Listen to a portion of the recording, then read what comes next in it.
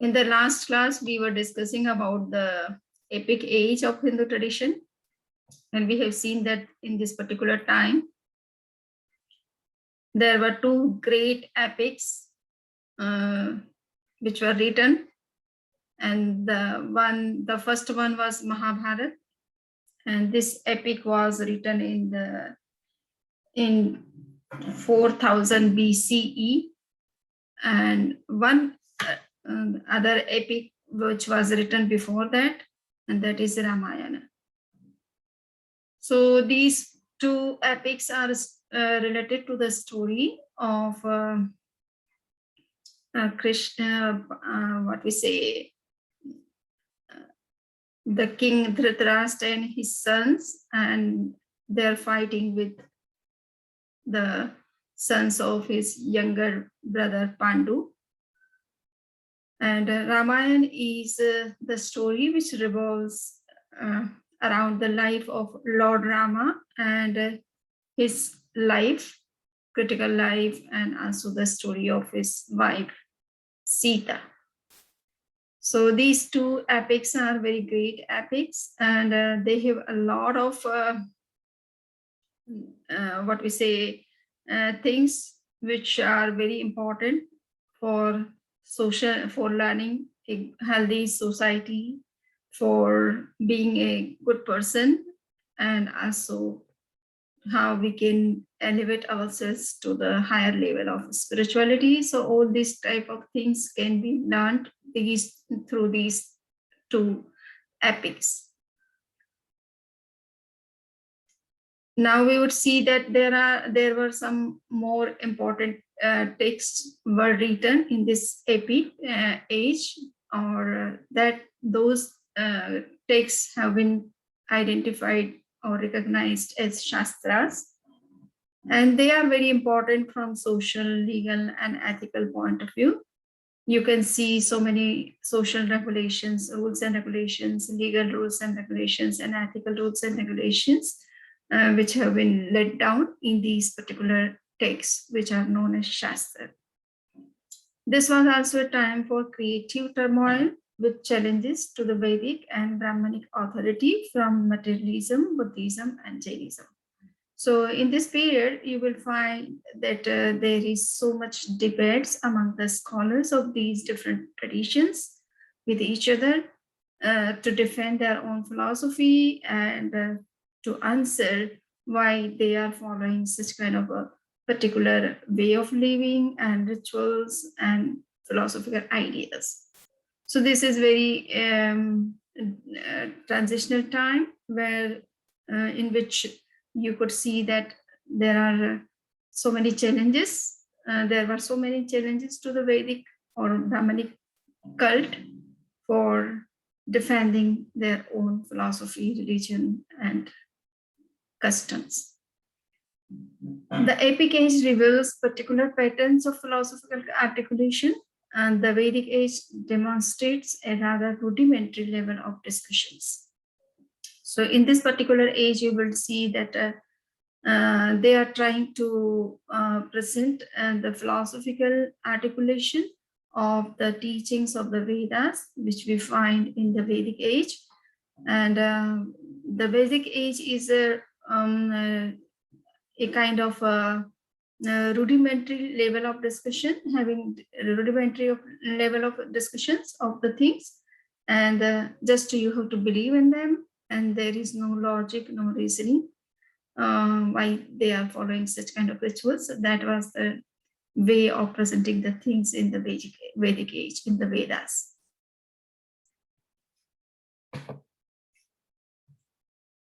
Now we are coming to the next age, that is the age of Sutras, and this can also be said as the philosophical age. In this particular age, you will find that the age is more properly philosophical. The word darshan means point of view. Two major intellectual streams began to permeate India. So in this particular time, we see two main streams of thoughts in India, and they are orthodox and heterodox. So orthodox means those who believe in the existence of God, those who believe in religion, those who believe in existence of heaven, hell, and liberation, and also in the existence of karma particles and its effect on individual. So this kind of concepts have been accepted by those philosophical systems. They are called orthodox, and the other one is heterodox.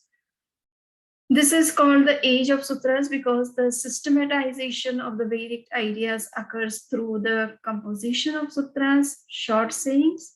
These sutras led to the formulation of the 6 major philosophical schools of Hinduism, which we have already discussed in our starting class. So we would see that in this particular timing, these 6 schools of thought come into existence, and they have their own philosophical text which have been recognized as sutras. For example, if you want to learn about Nyaya philosophy, then you have to read Nyaya Sutra. If you want to learn about Vaisheshik philosophy, then you have to learn Vaisheshik Sutra. If you want to learn about Sankhya, then you have to learn Sankhya Sutra, Brihaspati Sutra. So like this, there are, if you want to learn about the yoga and meditation in Hindu tradition, then you have to learn about Patanjali Yoga Sutra. So in this way, you will find these are the different sutras or philosophical texts which have been written down in this particular time. Now we are coming to the next age, which is called the age of commentaries or Scholastic Age. In this particular age, scholars wrote various interpretations and observations on various sutras. It is a phase of more philosophical analysis. The system of all the 3 traditions, Jainism, Hinduism, and Buddhism, underwent further development that remains remarkably consistent. The commentators, Siddha Sen, Samantabhadra, Akalank, and in Jain tradition, Shankar, Ramanuj, and Matva in Hindu tradition, and Dharmakirti, Dignaga, and Vasubandhu in Buddhist tradition were most celebrated scholars of this particular age. This is also the time of the impact of Islam in India. Now, the last period, age, which is called a Renaissance and modern thought, you will find that the following factors created the background for the Indian Renaissance and subsequent modern thought. So these are the moments, increasing Bhakti movements. So you will see that from 15th century onward, we see that there is increasing Bhakti movements in India, and Bhakti means a devotion. So there were so many devotional saints who composed different devotional songs on different, suppose on Lord Rama, on Krishna. So they were having. Is there some issue? Am I audible? Pardon? Am I audible? Yes, you are. Okay. So in this period, we will see that there were so many moments of devotional saints, and they have composed very devotional songs, and those songs have been received widely in all parts of India. So this period has changed some mindset of the people from philosophical to devotional state. The influence of Islam and Christianity has also increased in this time. The rule of British people, so they were ruling at the time. So this was the time when Britishers have started ruling India.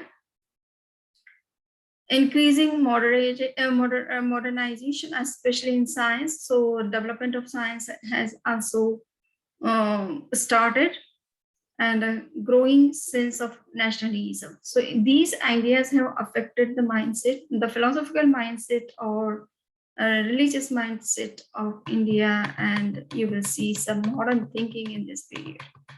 And they were looking for some different new ways to follow their principles, though the original ideas and thinking is still prevailing in the same manner, and people are behind it, but they are thinking that how we can simplify this way, this philosophical way trained of our own traditions and religions.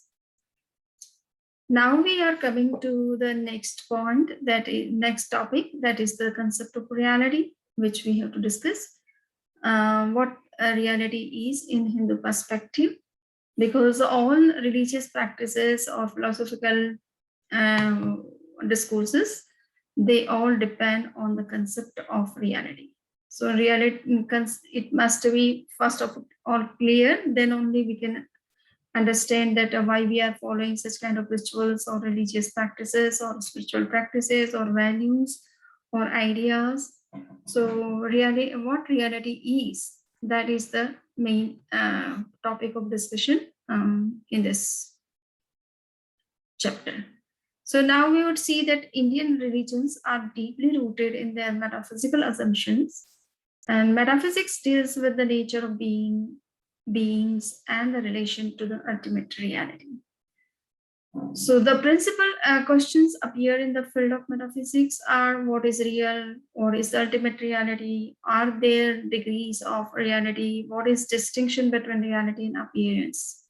So these are the basic questions which has been asked by different what we say people, and how the philosophers of these, especially the Hindu tradition, address these questions that we have to understand. So Vedas, when we go to Vedas to get the answer of these questions, then we would see that the search for reality was not clogged in strict philosophical terms in the Vedas. They consisted primarily of hymns, sacrificial litanies, and methods of ritual for various gods. Therefore, the earliest beliefs about ultimate reality were both polytheistic and animistic in character. So in Vedas, you will find that they are not focusing on philosophical discussions or pondering over the ultimate reality of the universe, but their way is to um, to add on or to worship the nature and deify everything in the nature. So that's why their approach is polytheistic or animistic, though the things may be lifeless, but since they are natural, so they were looking that they are also a kind of deities or divine powers which are working in this universe. So they were looking for all the things of the nature as some particular type of deities, and that's why their ideas are polytheistic and animistic. As I have said in that in on other day, that Hindu tradition believes that there are 33 million gods in the universe. So this concept of 33 million gods emerged especially in this particular period, and later on it is refined in some way, and we will see what happens. So this polytheism gradually changed with time, and further reflection, it seemed better that of all the different gods, one deity should exist as the highest. This belief system is called henotheism. Yet it would be incorrect to claim that no philosophical disposition exists in Vedas. So you will see that among the 33 million gods, it was very difficult to remember each one and to worship each one. So it was thought that there must be one power at least which is highest, and that is the Brahman, as I have said in the class. So they have this kind of idea is called henotheism. But we cannot say that there was no philosophical discussion about anything in these Vedic Vedas, especially in the Nasadiya Hayam, which is the 10th chapter of Rig Veda. This chapter ponders the question of the source of the world. It asks whether the source is being or non-being. So this question has been first time asked in the Rig Veda and also in the 10th chapter, which is known as Nasadiya Hayam.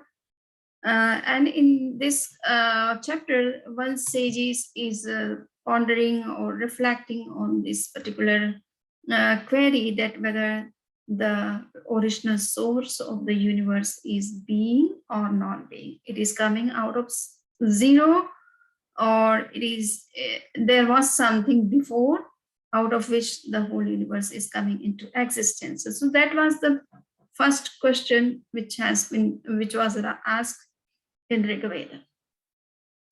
And from that, the philosophical discussion starts. So in seed form, you can see that the philosophical thinking has emerged in the Vedas, but it was not discussed deeply or in detail in Vedic literature, especially in the Vedas. But we have seen that there are 4 types of texts to understand each and every Ved. So among the 4, the last one is Upanishad. And they are quite purely philosophical texts to understand Hindu ideas, philosophical thinking. And the questions of reality become more prominent in the Upanishads. The vital ideas that have had a far-reaching influence throughout Indian philosophy are Atman, Brahman. So Atman means individual eternal soul. Brahman means absolute principle or universal soul or cosmic consciousness, whatever you want to say. And Tattvamasi, oneness of Atman and Brahman. So these are the 3 basic philosophical concepts which emerge in this Upanishadic literature, and you will find all different discussions and dialogues, especially revolving around these 3 basic principles, philosophical concepts. So we would see that Atman means each individual soul, human being or living being is having some kind of soul, and that soul is eternal and indivisible. The concept of Brahman represents some universal soul or absolute principle, which reflects in these individual souls. And the last one is that what is the relation between the Atman with Brahman, because Atman is an individual soul and Brahman is a cosmic soul. So what is the relation between these two?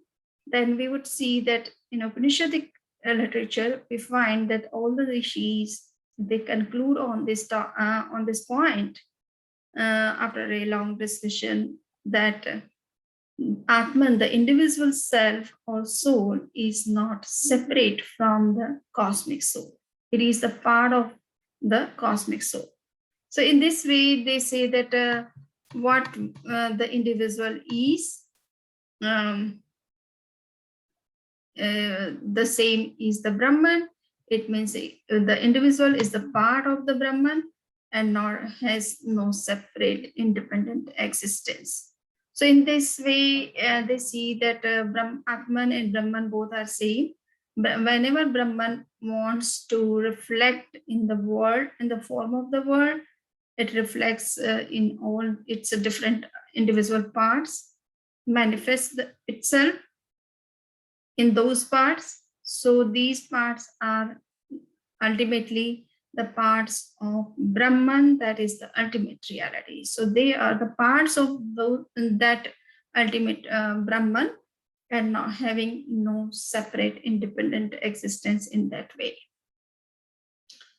So in this way, we find that these are the 3 main basic concepts which have been discussed widely and in very detail in these Upanishadic literature, which are the main source of philosophical thinking in Hindu tradition. Now we are coming to the very important text, which is known as Bhagavad Gita. And you might have heard about this particular text. Today is the day of what we say, annual day of birth,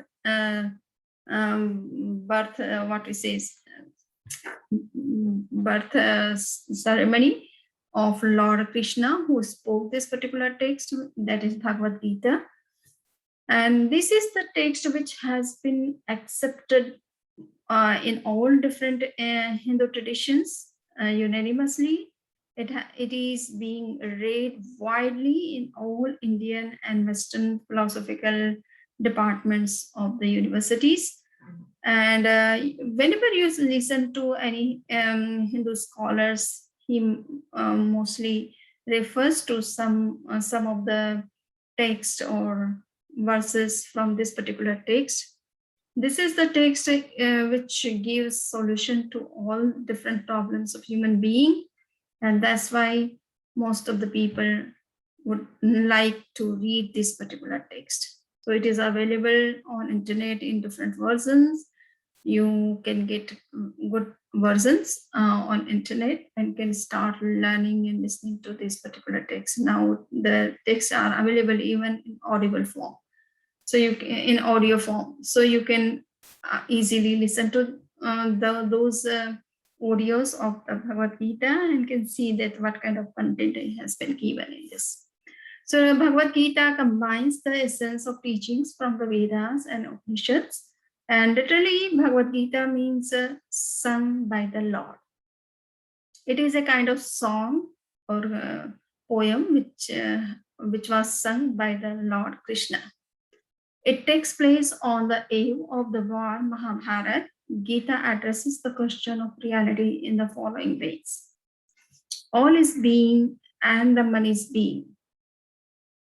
Being is permanent, hence there is truly no annihilation, no final death. As Krishna says, the dweller in the body of everyone, O Bharat, is eternal and can never be slain. Therefore, thou shouldest not grieve for any creature.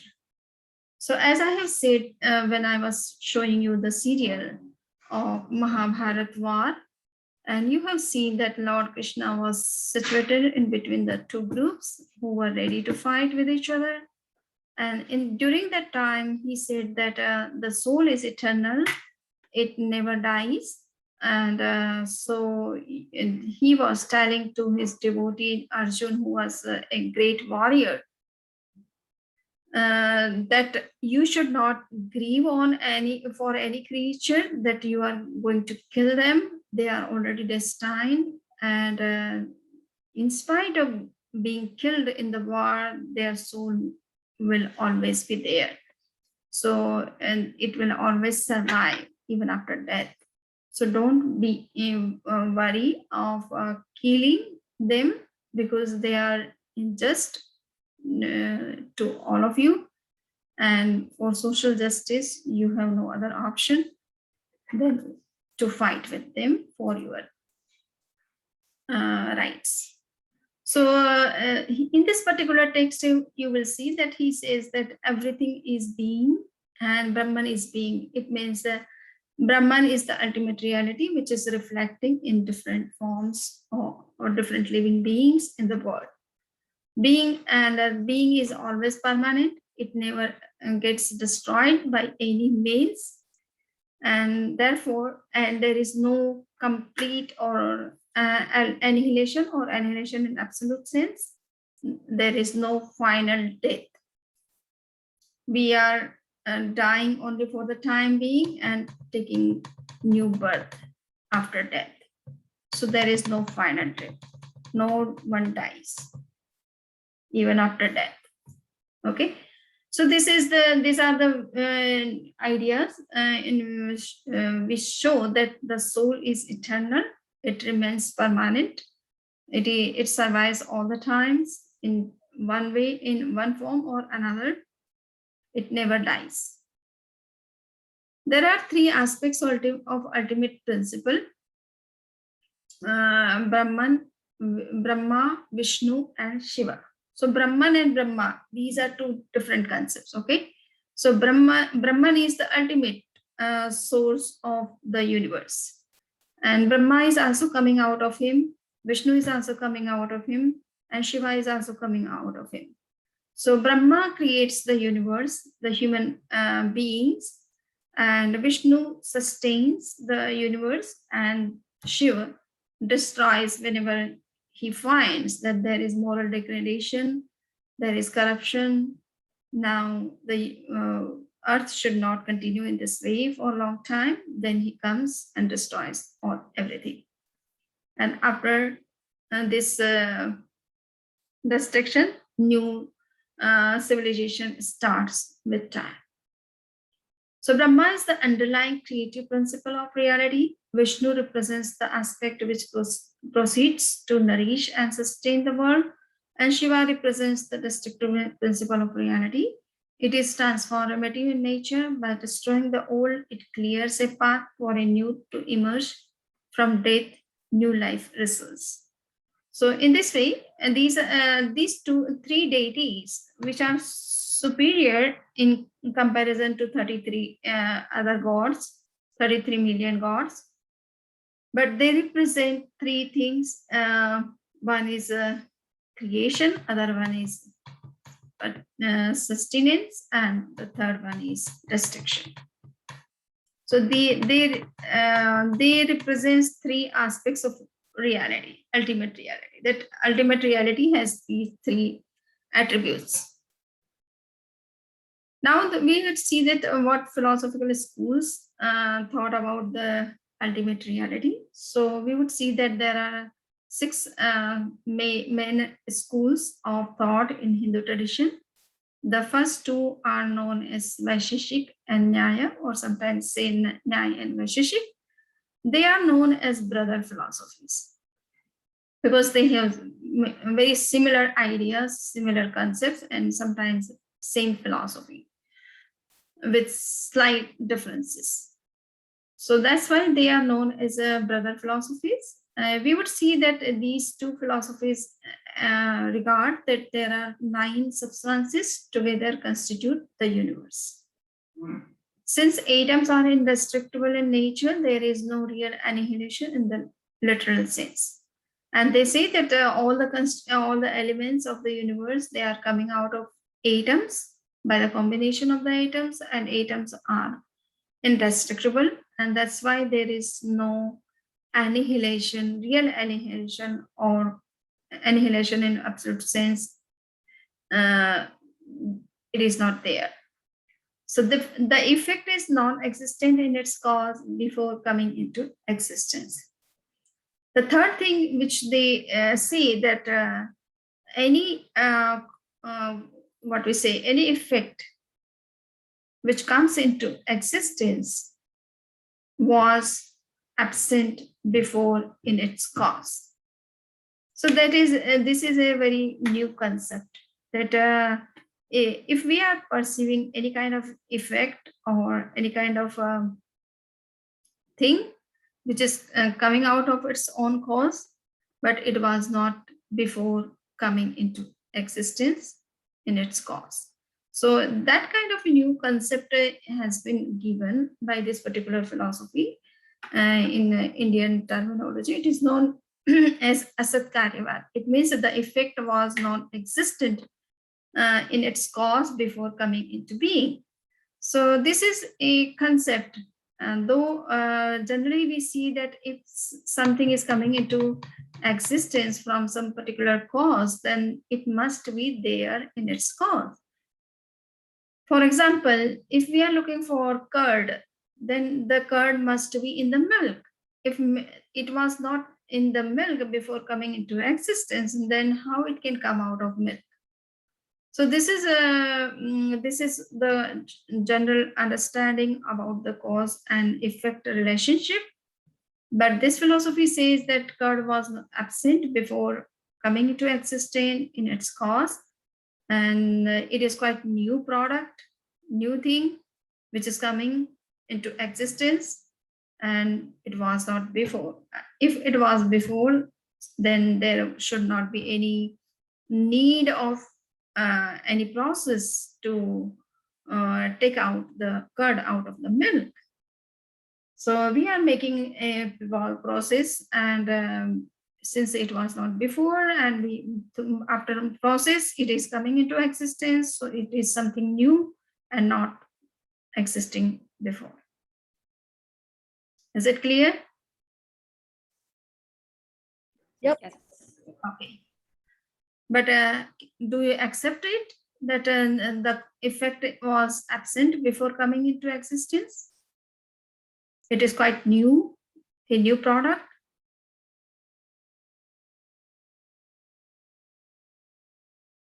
Anybody can answer?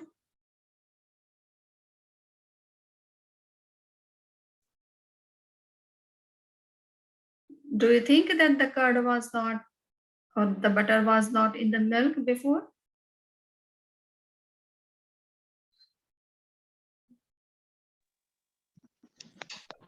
I'm sorry, can you say that again? Okay, I'm asking the question that the butter was in the milk before coming into existence or not?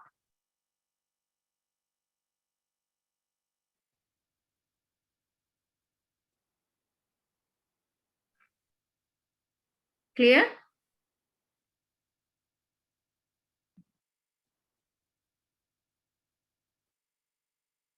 Are you following?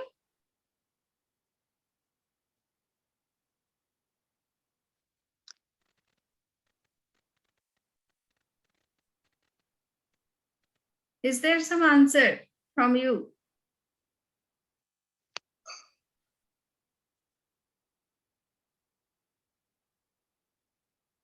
So this is the concept of the Vaisheshik school and Nyaya school, that any effect, when it comes into existence, it comes after the process, and that's why it is absent in its cause before coming into existence. Otherwise, we don't need any process for taking it out of its cause. But you will see that the other schools of thought, which are known as Sankhya and Yoga, they accept just opposite to this, that effect is always existent in its cause. If it is not so, then why we are taking particular cause for particular effect? Is it possible to take out the butter from the water or from any other things than milk? Is it possible?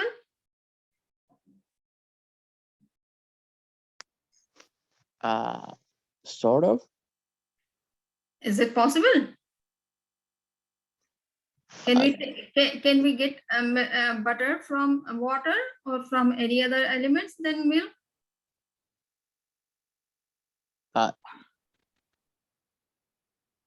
Yeah, I think. How? Have you seen? Have you seen? Wait, you said have you water seen- from another element? Yeah. Oh, no. Yes. So butter cannot come out of water. No, it always comes out of milk. So Sankhya Yoga philosophy say that the effect is always existent in its cause. Otherwise, why we are taking particular cause for particular effect? Any effect can come out of any cause, but that doesn't happen. So reality is not like that. So it is quite opposite to the Vaisheshik and Nyaya concept of cause and effect. According to it, reality embraces both Purush and Prakriti. So you would see that in this particular schools, we would see first the concept of dualism, and Sankhya and Yoga, both philosophy accept that there are two basic realities. One is called Purusha, that is soul or living being, and Prakriti, that is matter or primordial matter. So we have discussed this thing in the starting. The world is a result of the infusion of Purush and Prakriti. Sankhya Yoga philosophy accepts that whatever the world we are perceiving in our surrounding, it is coming out of the interaction between Purush and Prakriti. Only Purush cannot give rise to the universe, and only Prakriti cannot give rise to the multifarious universe unless and until they both interact with each other. This multifarious universe cannot come out. So these two are the fundamental elements or entities or realities out of which the whole universe is coming into existence. By the infusion of 24 elements ranging from Buddhi, that is the cosmic intelligence, to Akash, that is a space, come into existence. So according to Sankhya and Yoga philosophy, when the universe starts coming into existence, then it evolves into 24 basic elements. So the first element is known as Buddhi or Mahat, and it is translated as cosmic intelligence. And the last element which we find is a space. So these starts from Buddhi to space. These are the 24 elements which evolve with time, and this whole universe is consisting of these 24 elements. Liberation is possible only when one is able to discriminate between the two Purush and Prakritis. As I have said, that all Indian traditions, they are looking for final liberation, emancipation, or salvation. And this philosophy have also given thought to this thing. And they say that liberation is possible whenever we are able to discriminate what is Purush and what is Prakriti. Most of the people understand Prakriti as Purush. Purush, it means most of the people understand that what we are is body. So we take our body as our own existence, while we are soul or Purush in reality, but we understand ourselves as Prakriti. So a material existence. So that this philosophy says that if somebody is looking for liberation, he must know that what he is in actuality. He is not a physical entity or physical body or physical existence. He is something different from the physical world, and that is the moment when he can get liberation. Until and unless you know the difference between the soul and body, you cannot liberate. You always under the misspell that you are body and not soul or anything else. The last, I have already said to you that the effect already exists, although in a dormant state in the cause. So Sankhya and Yoga philosophy believe that the effect is always in its cause, though it may be in dormant state, and that's why it is not manifested, and people could not come to know. For manifesting, it needs always some process. For example, whenever we want to see the butter out of milk, we have to make some particular process so that it can come out of the milk. Before, it is there, but it is invisible to us and inaccessible to us. After process, it can be accessible, it can be manifested, it can be used, but not before that. So this is the main concept of Sankhya philosophy, which is known as Satkaryavada, just opposite to Naivaiseshic concept of cause and effect. Now, the last two schools, which are known as Vedanta and Mimamsa. So we are coming to the Vedanta, which is widely read as the philosophical tradition of Hinduism. And Vedanta, there are 6 sub-schools of Vedanta. Out of the 6, there are schools which are discussed widely in different university, philosophical departments of the universities in India and abroad are 3. Advaita, which has been propounded by Acharya Shankar, Vishishtadvaita, which was propounded by Ramanuj, and Dvaita, dualism, which was propounded by Madhva.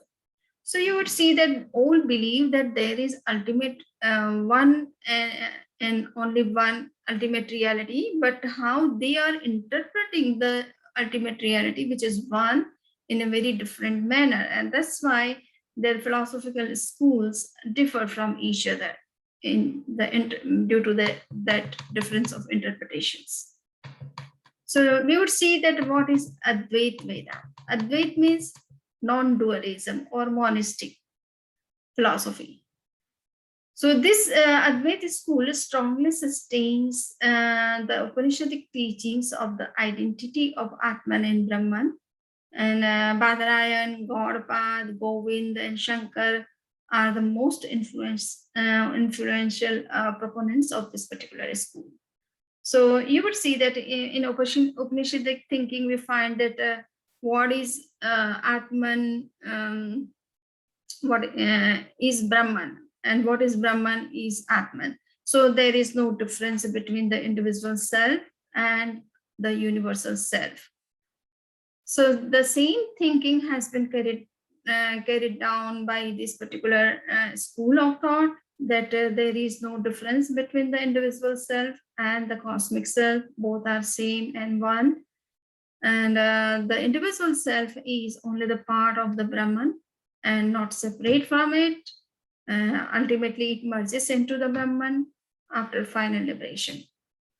So this is the main thinking of this Advaita school, and that's why it is known as non-dualism. It doesn't see any differences in the different parts of different things of the universe. It finds that all are one, coming out of one source, and that's why having of the same nature.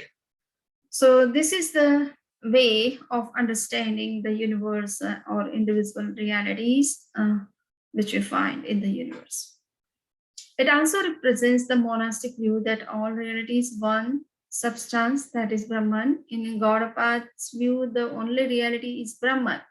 The world is only an appearance. But in the view of Shankar, the world separate from Brahman is an illusion. To explain the illusion, the analogy used is of the rope that is mistaken for a snake. So we have seen that Gaudapad and Shankar both are a great exponent of this particular school of thought.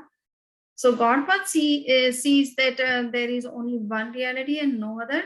But Shankar says that the world exists separate from Brahman.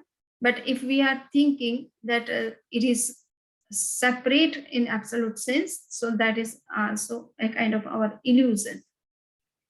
And this illusion is like that, and like the snake, which has been mistaken in the sense of rope.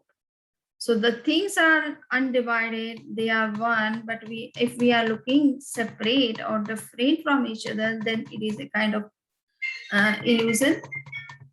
The nature of Brahman is not clear in an Upanishad. For Shankar, Brahman is impersonal force and therefore remains ineffable, indestructible. In other words, Brahman is a pure condition of being without the imposition of any conceptual categories. So the nature of Brahman is not clear in the Upanishadic literature, but Shankar has tried his best to define the nature of Brahman. And he says that Brahman is something which is impersonal, and it remains always ineffable, indestructible. And he has tried to define it in a very clear way. He said that Brahman is a pure condition of being without the imposition of any conceptual categorizes. It means whenever you try to understand Brahma in particular term or in particular form, it always transcends because it is not limited to that form only. It is found in all the different forms of the universe or things of the universe. So one thing is not able to explain the whole concept of Brahman. Shankara has assigned three basic qualities to Brahman, even though he teaches that Brahman is essentially indestructible and undefinable. Yet he claims that Brahman is a pure consciousness. It is also portrayed within a Trinitarian framework, that is being, consciousness, and bliss. So whenever you will go to any Hindu temple, you will listen to this mantra, especially Satchidanand, Satchidanand. It means the Brahman is being, the Brahman is consciousness, Brahman is blissful. And the same nature you are also having. So thus Brahman is absolute consciousness from which through the power of Maya, very finite consciousness result.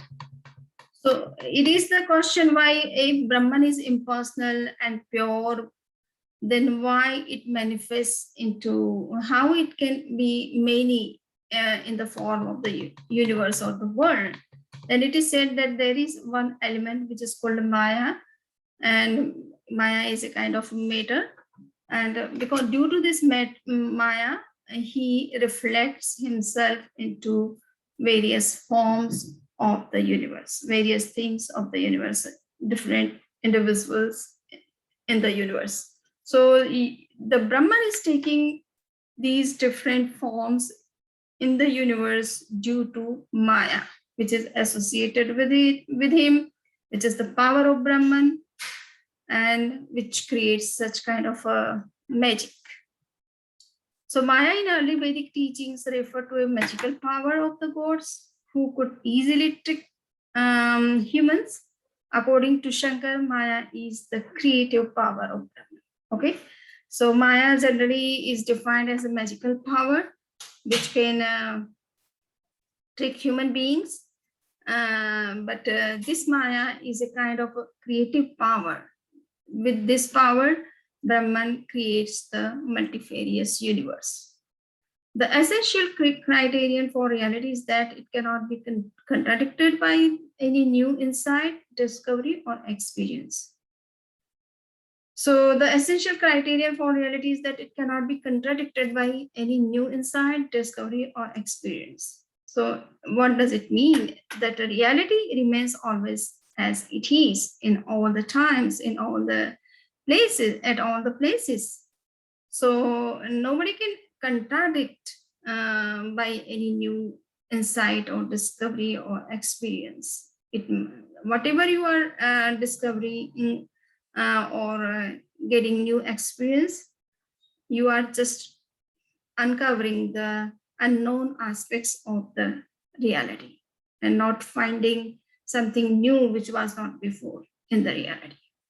Okay, so this is the concept of Brahman which Shankar has tried. As far as the relation of world and Brahman is concerned, the world is an effect of Brahman. This means that being an effect of the world is not essentially different from Brahman. In this way, the Advaita teaching is non-dualistic. So the time is up. If somebody has any questions, they can ask me or they can ask in the class whenever I will be there. Is there any question? No, Professor. Okay, so it is good. We have finished our class.